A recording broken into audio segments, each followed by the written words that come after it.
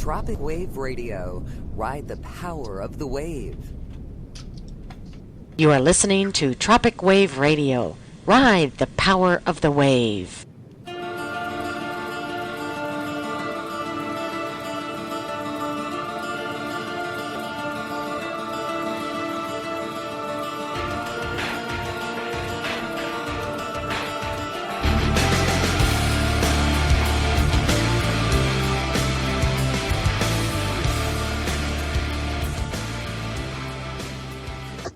Hi, everyone. This is Vicki Travis at Tropic Wave Radio.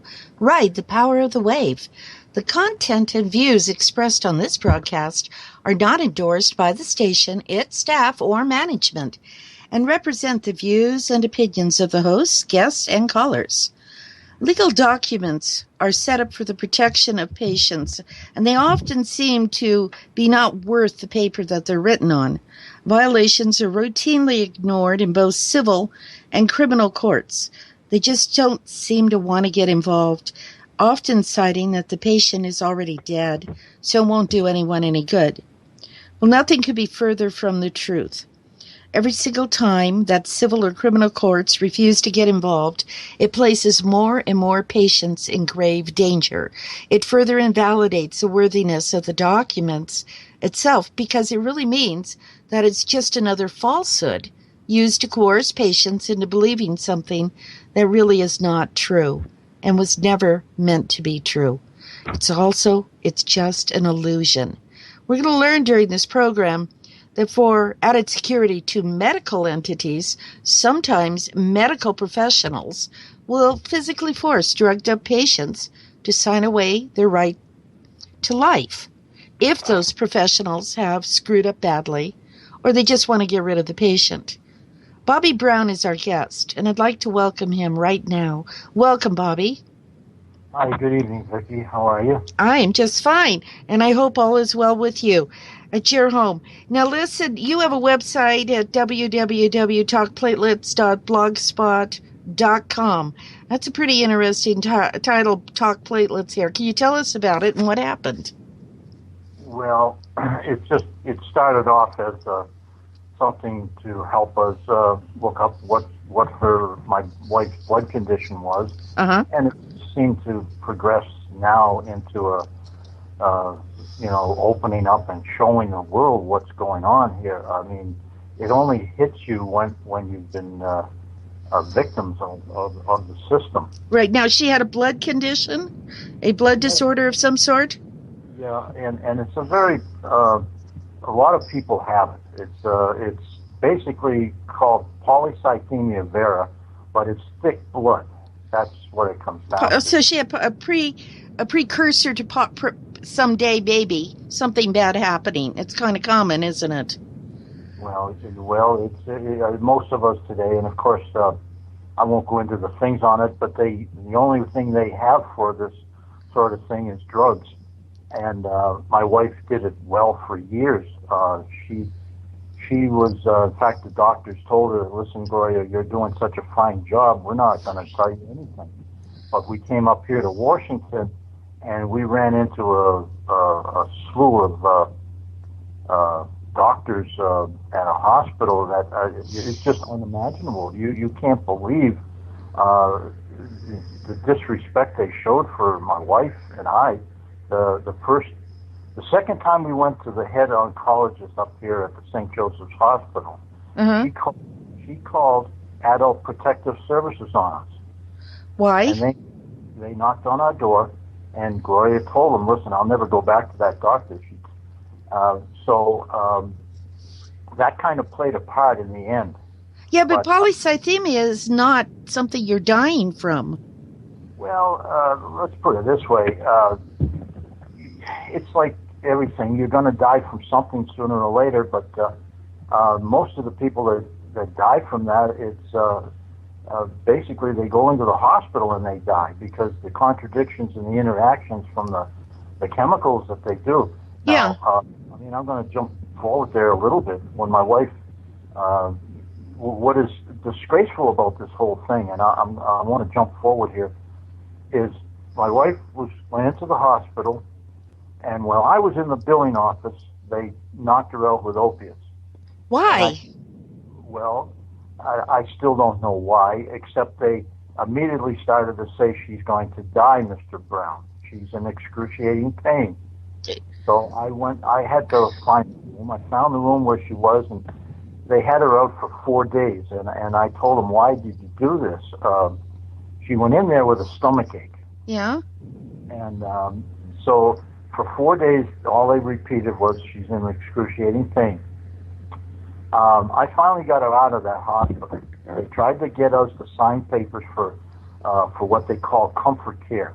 Comfort care is nothing more than a regimen of deadly drugs like steroids and fluorides that'll either cripple you or kill you. Did she need any of this? She absolutely, well, here's the story. I took her out of that hospital. I brought her down to the University of Washington Medical Center. They started to do the same thing with opiates. I said, stop it or I'm going to carry her out of here. Yeah. The man came in at 11 o'clock at night, and he said, Mr. Brown, we're sorry. You're right. Your wife is not in excruciating pain, and she's not transferred over to leukemia as we were told by St. Joseph's. So they diagnosed her as having not polycythemia. They accelerated it to another disease totally. Oh yeah, it's the one that they didn't put more in there. But what they did, the fact of the matter is, if she hadn't been given the regimen of comfort care drugs, now see, they never got informed consent for any of this. They just did it? Oh, absolutely, they just did it. Gee. This is the terrible. I mean, it's almost unbelievable. If somebody hears the story, they might say, "Well, maybe this man was, No.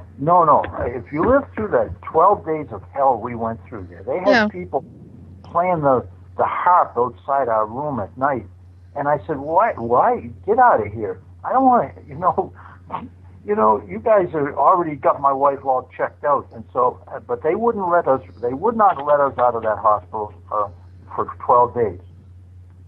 And when I got her to the second hospital, after we got over this little thing about opiates with them, and they said she's not in excruciating pain, she improved. She greatly improved. That's what it says in the medical records. They got rid of encephalopathy. They got her blood counts back to normal again. See, what they had done to her, they had caused her what they call tumor lysis syndrome, hurting her kidneys, and so they got those counts back to normal again. Yeah. So we're coming home. We were happy, but the only problem is what they had done at St. Joseph's, they crippled her. She couldn't move her legs, and she was distraught over that. She was sobbing and crying. Why did they do this to me? And they tried. Listen to this. This is why it's so important. When you're with a loved one in a hospital, don't turn your back on the nurses. Never. Never turn your back on a nurse. Yeah. Stay in that room right by them, and because they'll adjust the flow or the drip of the respirator or the drip, or whatever they're putting in you, and that can kill you. I had to put a sign up saying no Reglan and no something else. I forget what it was, but because they had given that to her and made her go her heart go into AFib, and it was just drug. For a stomach, she had a stomach ache all this time. The 12 days, did she have a stomach ache? No. That was caused from the Cipro. Okay, so she was taking Cipro, antibiotic thing, and it caused her to have a stomach ache. Now, were they incompetent, or was this an agenda? Because I'm hearing a lot of agenda stuff nowadays. Well, it was a what you call. It was euthanasia. It's death with dignity. It's basically what had done, I missed the point here. When we first came up to Washington, before we went to St. Joseph's, we went to their wound center. They gave her a little wound on her ankle, and she had fallen on a stair, and she had a little wound. They gave her, they came in after 15 days. They said, "Mrs. Brown, we gave you an infection, and here's they gave her a Cipro." And sick. She went into the hospital a few days later, and that's when we knocked her out. Yeah, so they screwed up. You don't go to a family doctor anymore that just takes care of things. You go to stupid centers. In the hospital if I used to be an undertaker, and when I was growing up, my stepfather started me off in the business at 12 years of age. Yeah. And he used to say to me, and they used to laugh about words. I can remember them talking, him and his sons. They were older than me. I can remember them laughing and joking about cancer, and what a great thing that was. I mean, it's killing people, and of course they didn't want people to be killed, but they were saying, look what these dirty doctors are doing. Yeah. You know, and it's just in fact, there was a story about the guy that made up the name. He was flying over, going to Argentina on a vacation, and he flew over the Tropic of Cancer, and he got drunk, and that's how they made up that name, Cancer.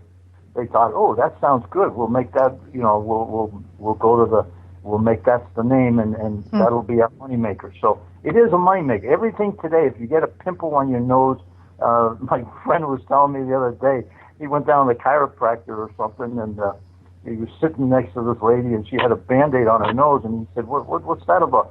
She said, well, I went into the doctor, earlier, and he took a sample, and he says I have cancer.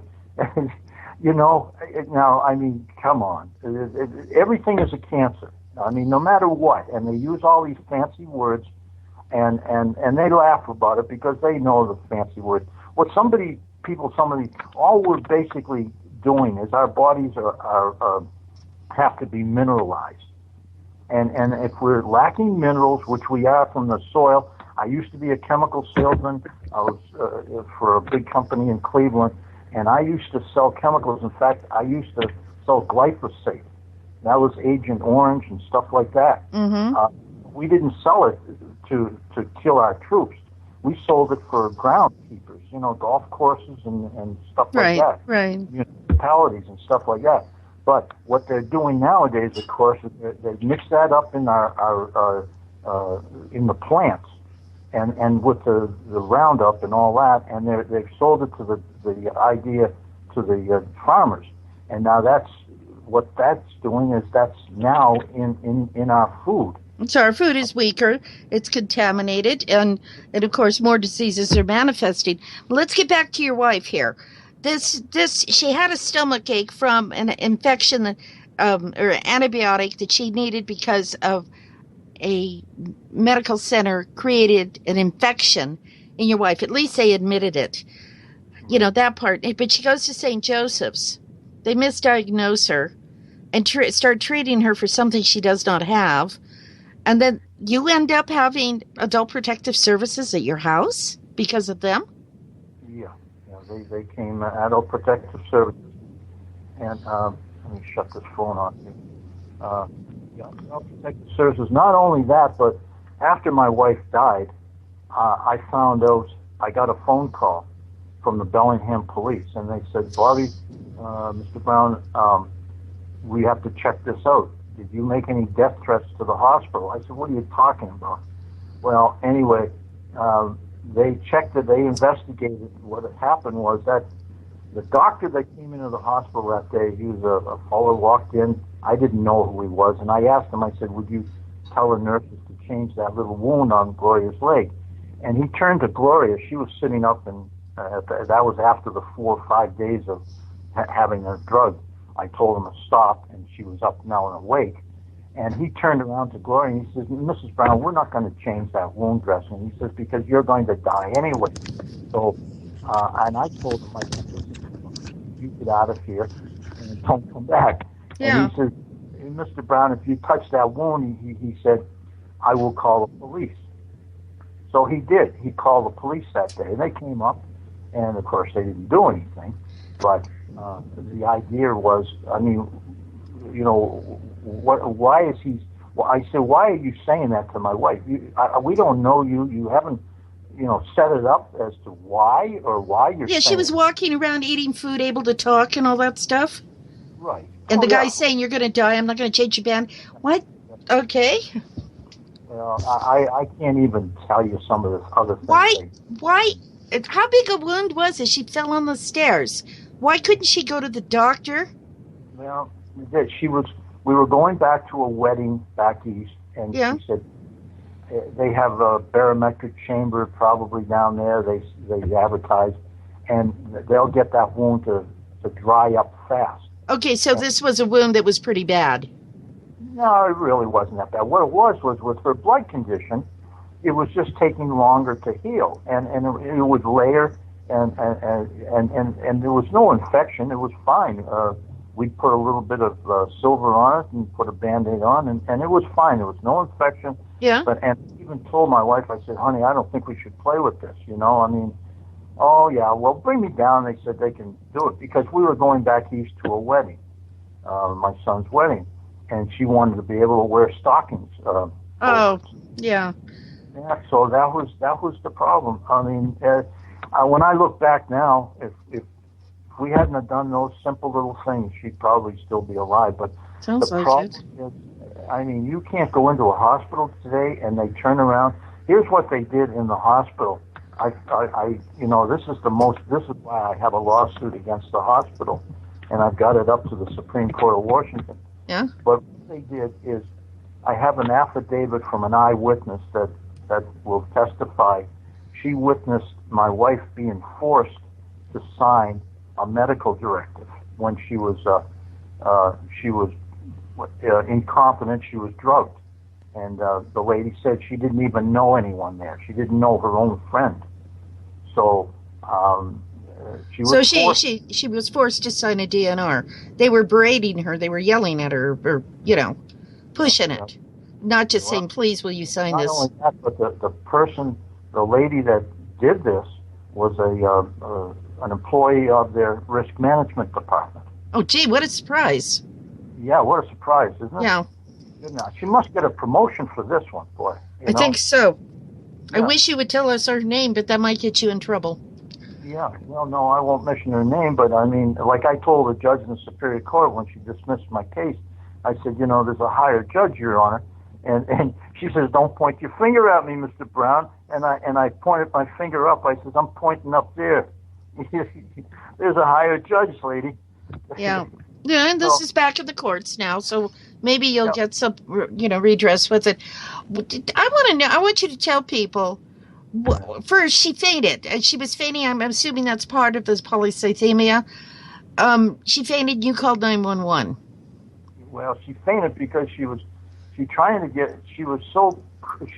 on the phone talking to a rehabilitation center. They had shut off our medical.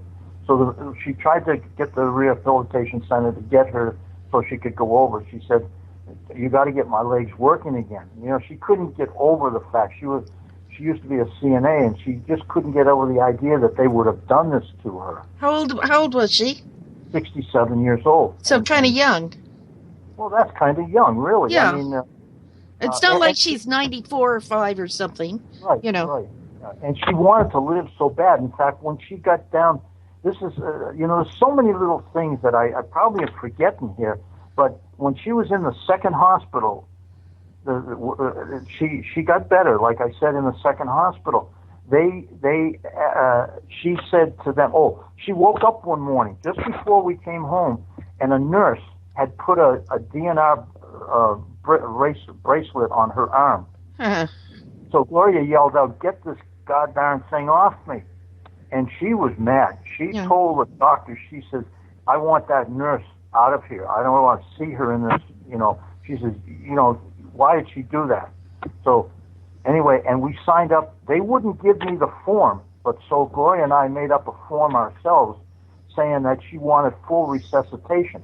But it's in the medical records that the doctors agreed to it, and they said that Gloria was fully competent, and this is what she wanted, and that was it. Now, that according to Washington state law, that's supposed to be put in records and transferred. Well, how come it didn't happen up here? Well, tell us what happened. When we got back up to Whatcom County, what happened was she fainted that day, and I called the ambulance. I regret that I ever did, but it was just natural. I thought, well, they'd come over and help. And they walked in, and the first group got there. They didn't do much, put a mask on her face, but she started sitting up, and so I thought, okay, well, she's going to come out of this. The second crew walked in, and they told the crew to put their stuff away, and they all walked out, except they left the first crew there just sitting there. And I said to them, I said, why are you guys going? Where are you going? Help my wife. And they were the crew that was supposed to transfer her to the hospital. That's how they work it up here. The second crew from the town, the city down and gets you.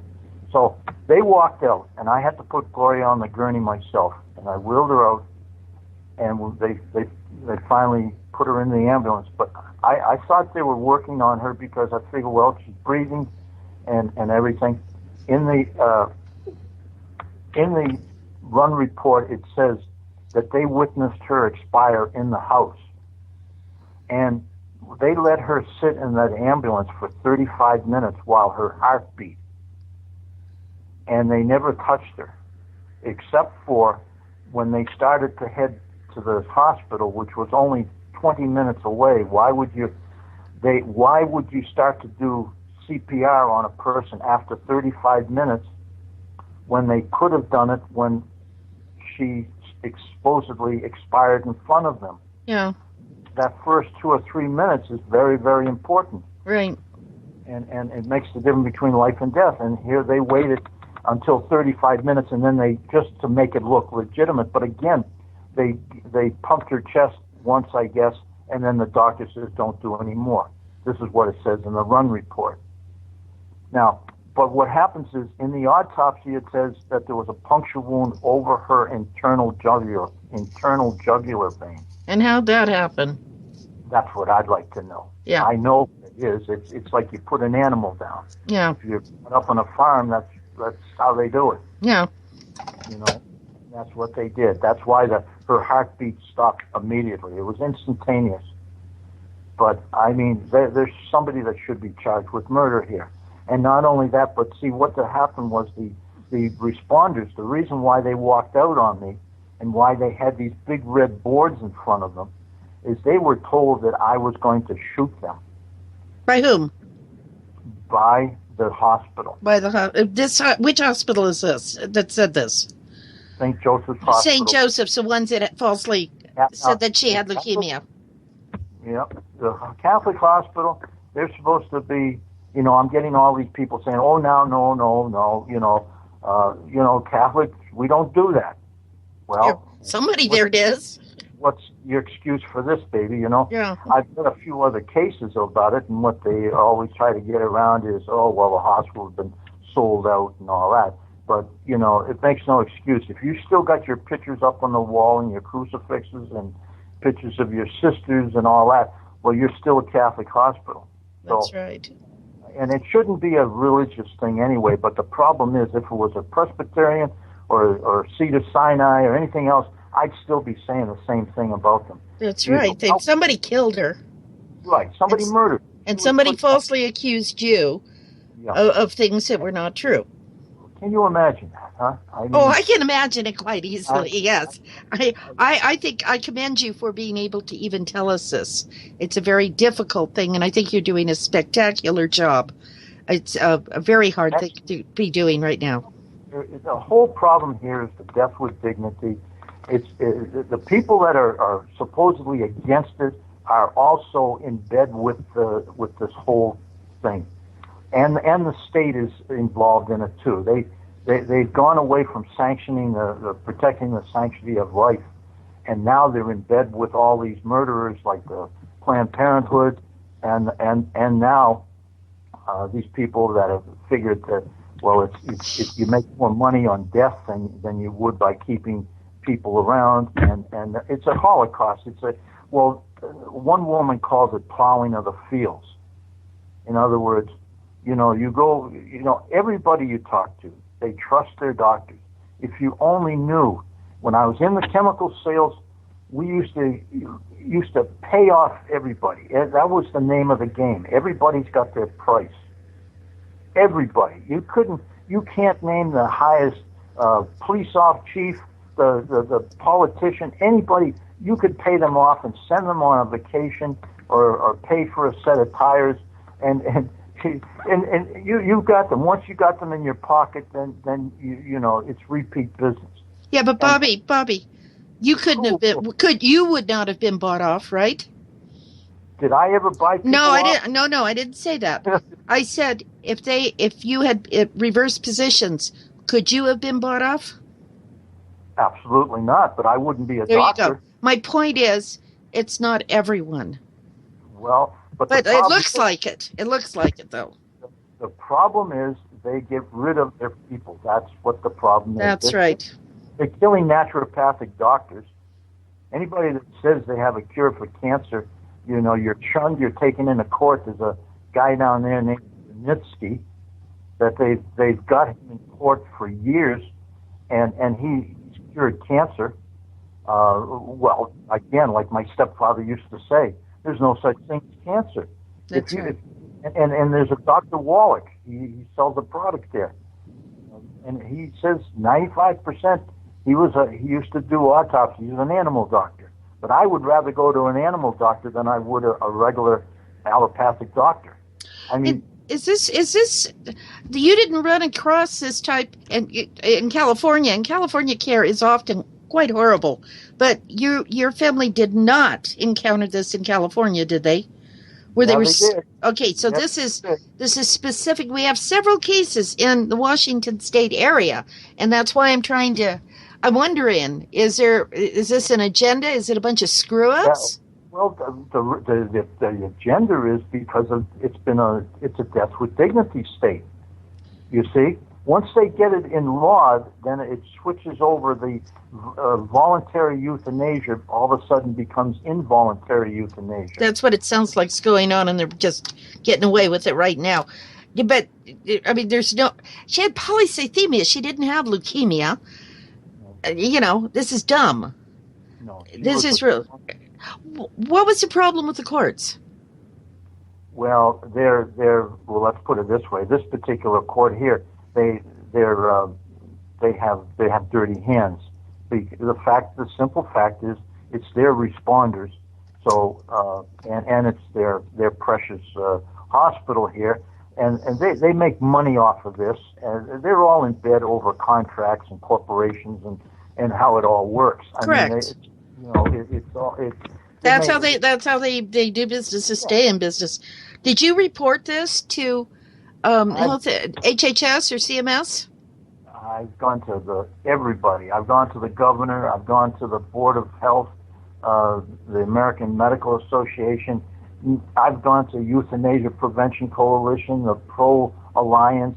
You name it. I've called over 200 lawyers in this country, and these are all big time. They will not touch the case because, see, Washington is the euthanasia flagship right now. Pretty much. That's what I've been hearing. The attorneys will not touch it.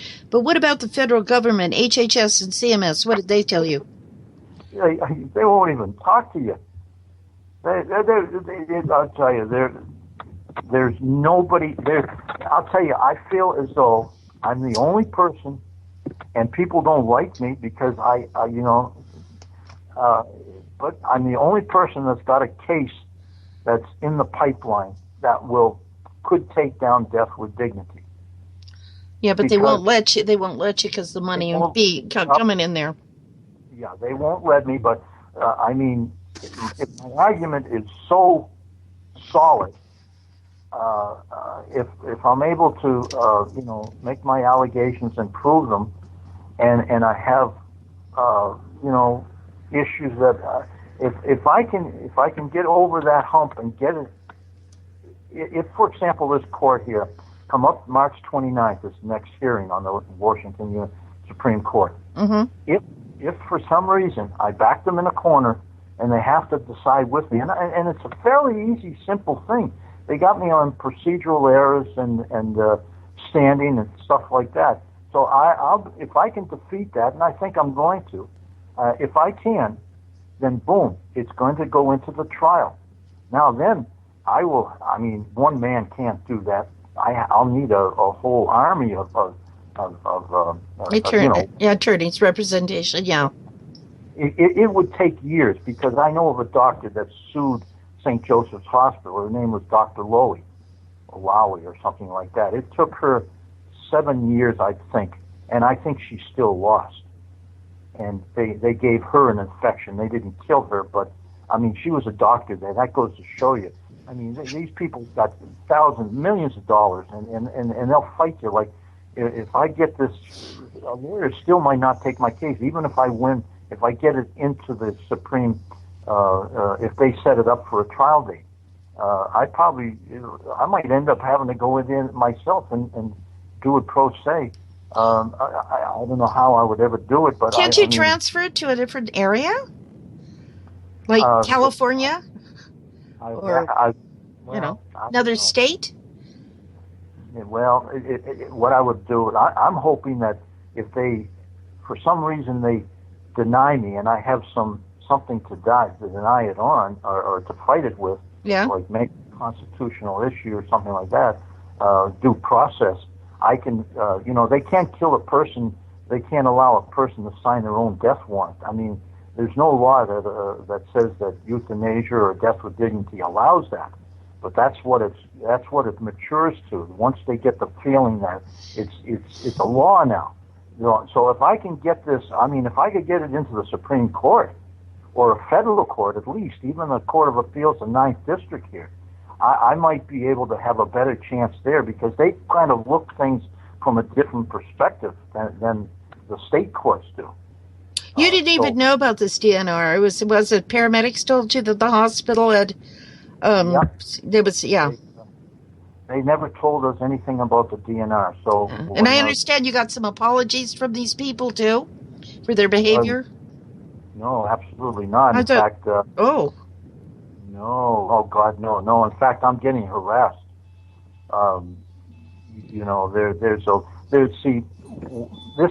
This goes back. When I first come up here, I came up here to fix my condo. I won't go into a story on this, but I came up here a year before we came up here to live, Gloria and I. Yeah. And I came up here. It was only going to be, I flew up. I wasn't planning on staying here. I was just going to fix up my condo. The real estate woman said that it was broken. Somebody broke into my front door and all, and right. I got here. I found out my front door wasn't broken into. I opened up the door, but I found my keys in my real estate broker's mailbox, or her keys were in my mailbox. And I said, "What's going on, lady? What's going on? You're telling me that my house is broken into, and all of a sudden your keys are in my mailbox, and what the hell's going on? We never gave you my keys." Yeah. So anyway, that started off things, and then my granddaughter, I was here one day, Memorial Day weekend in 2011, and my little granddaughter come running around the corner. But wait, let's not divert. Things tied you up, and so you had to stick around for a while in Washington State. Yeah, they tied me up because I got arrested. Oh yeah. Now this is a different case, but I don't want people to think I'm a bad person. I came up here. I hadn't seen my granddaughter in 7 years since she was born. And I came up here, and the next thing you know it, she vanishes. And I go looking for her. I seen her first, and I said, "What's the matter, Kayla?" And then she vanished. And then I went looking for her. I went to my real estate broker. Well, anyway, the long story short here is I went to a guy's house. He slammed the door in my face. And then I went out back, and two of his buddies jumped me. And so I ran back to my condo. I was going to call the police, and they were just pulling up. And so I told the officer, "Go find my granddaughter." He came back 20 minutes later and said, "Grandparents don't have rights in Washington." I said, "What are you talking about?" I said, "Go find my granddaughter, for God's sake, 7 years old." So anyway, I got arrested because I swore at him. Oh, yeah. And so I got arrested, and I'm in jail. I come to find out, I go into court. The officer had taken a report from the guy that I knocked on the door. The guy said to him he was going to have my granddaughter sleep over in his house overnight. He's a complete stranger to me and my granddaughter's parents. Right. So that meant that all of a sudden it was me against the police.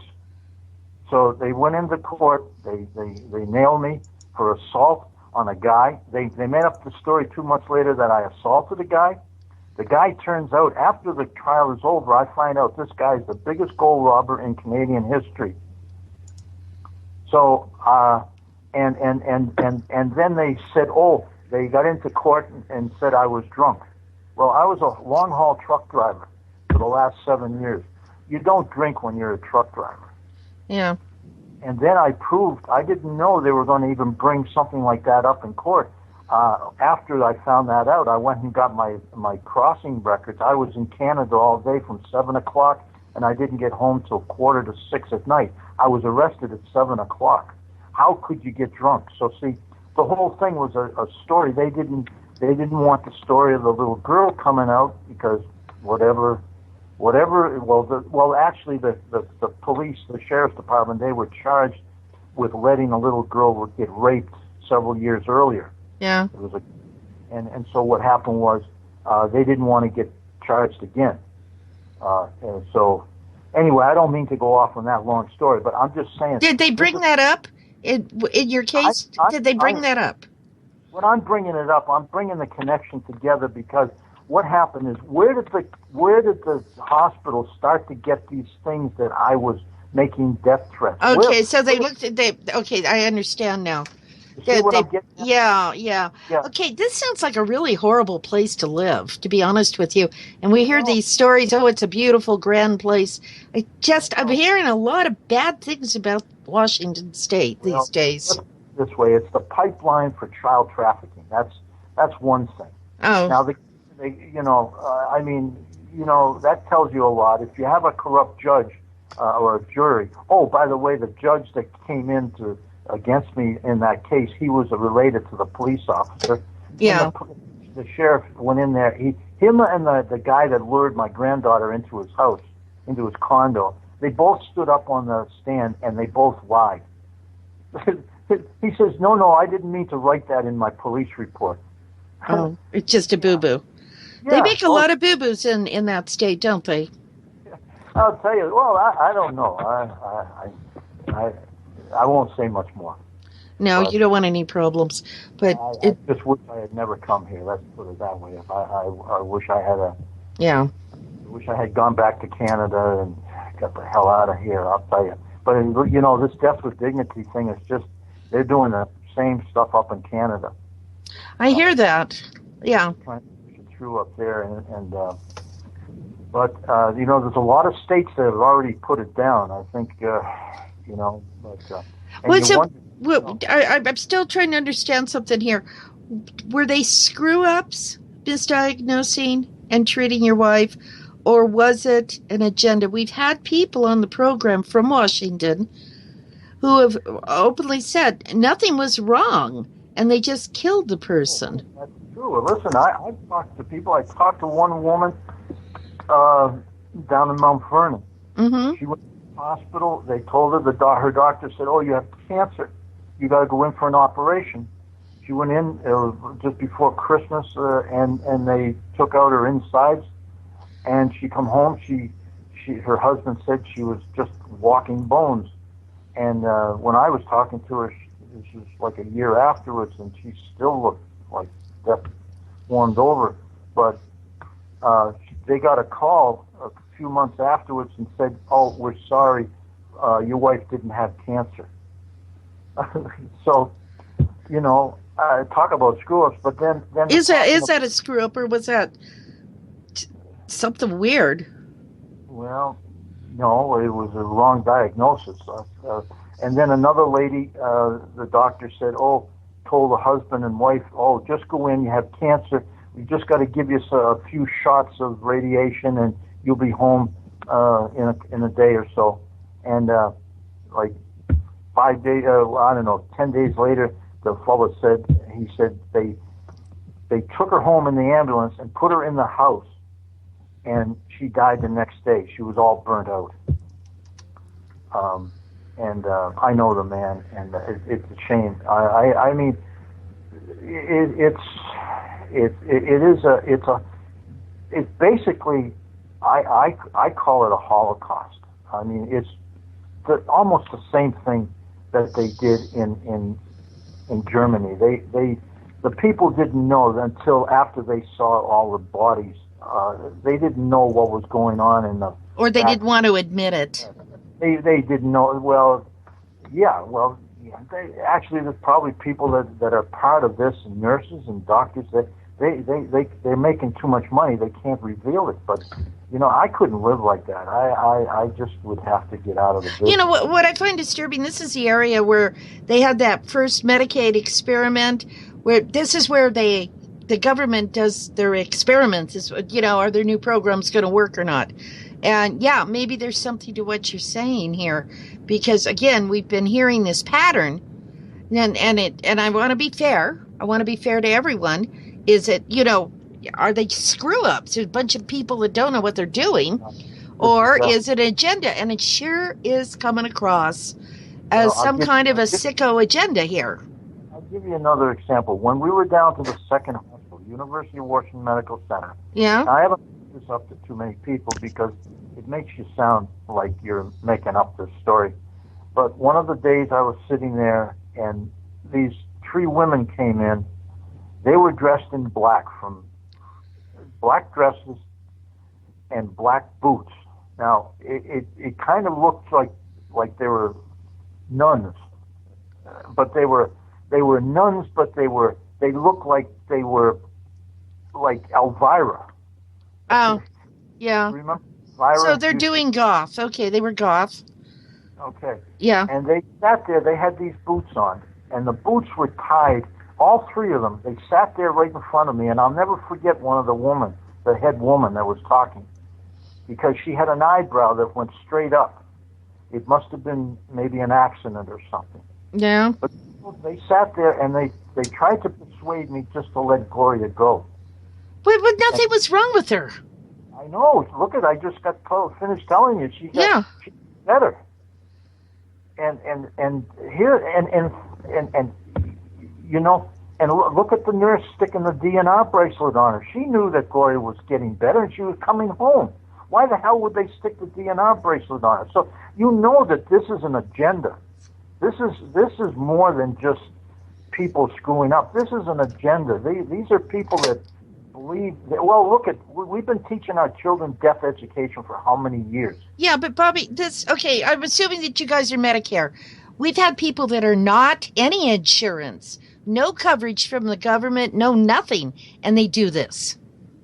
Well, yeah. So I'm like, well, who the hell's behind this? Sorry about I said a bad word, if I did. Well, who is behind this?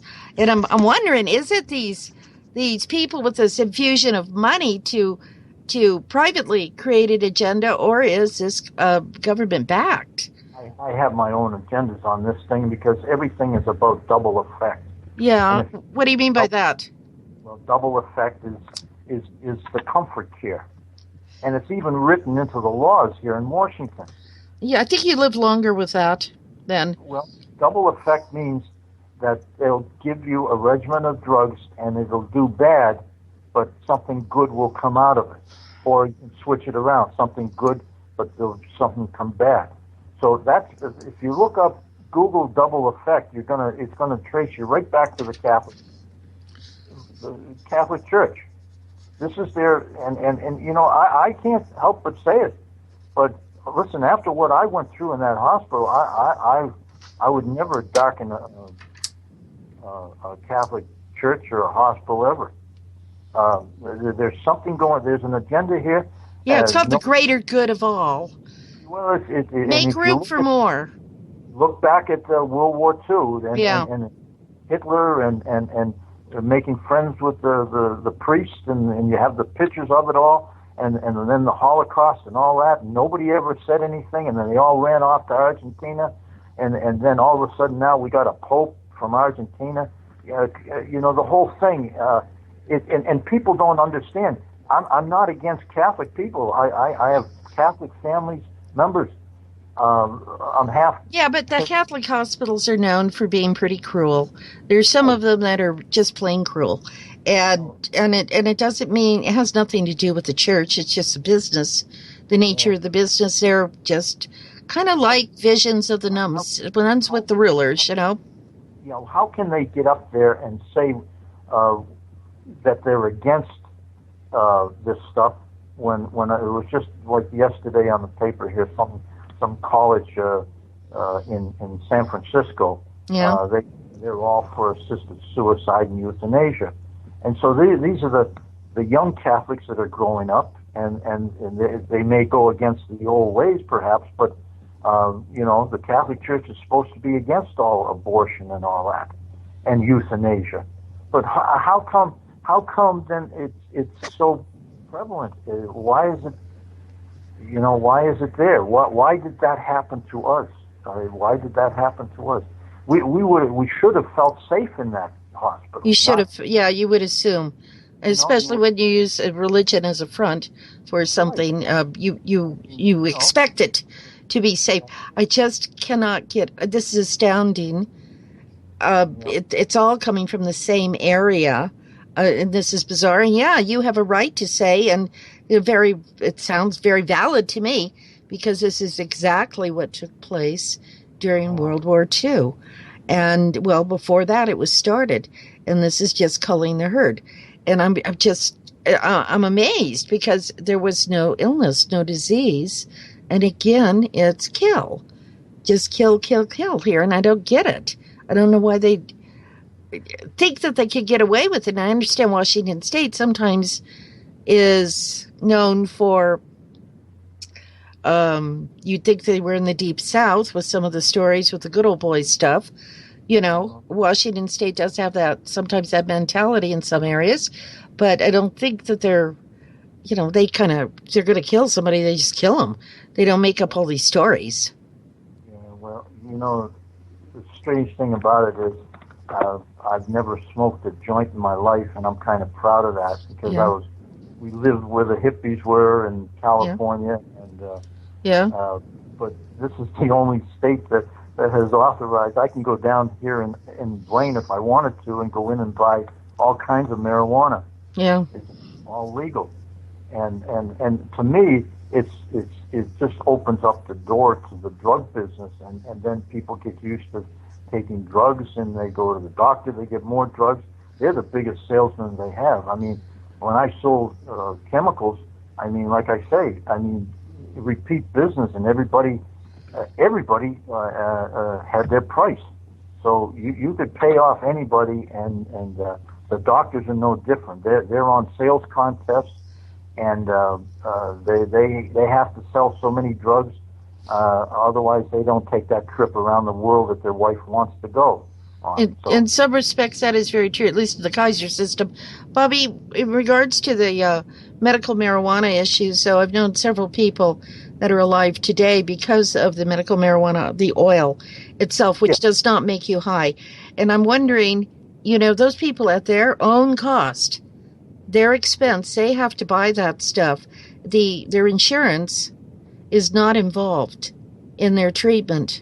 Some of them will have conventional treatment at the same time, and some of them won't. But they're paying for it separately. Is this a cost-saving thing where they're trying to, we've got this great health care, nobody can be denied care. At the same time, here you've got this curative product, and people have to buy it on their own without assistance. So I can't fault it totally, but I do think that there's a problem when you're walking around stoned all over the place. I think that's kind of silly, because you're throwing your life away. Well, all they're doing is so they can make money off of it, the judges and the pretty much, yeah. And that part does sound wild for somebody that doesn't know or has never experienced that in their community. But, I'm in California. You're in Washington State. The West Coast is kind of known for that more liberal behavior. I'm sure there's some parts of the United States where, I'm not really sure that there are places like that. You can walk down Hollywood Boulevard and the smell is so thick from it. I used to love the smell of it. Okay. Bobby, we got 5 minutes. Okay. Well, now, what's your message here? Yeah, well, again... What do you want people to know?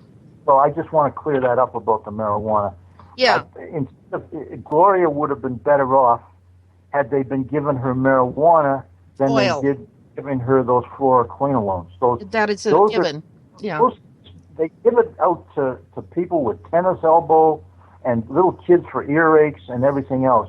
And the stuff will put you in a wheelchair in a week. There's groups out there that all people in their 30s and 40s, they took a couple of Levaquin or Cipro and they ended up in a wheelchair. It destroys your tendons, and that's what they did to my wife. And she knew it. And that's why I say, I mean, how any doctor or nurse can ever be involved in this. See, what I expect here is when the charge of murder comes up here, like it's already, the whole town here is all upset. The fire department chief's gone and all the fire department guys have changed around. They switched it all around because they're afraid of being charged with murder. I talked to the fire chief. I said, one of these guys here murdered my wife. And they said, well, you can't come up here unless we have a policeman.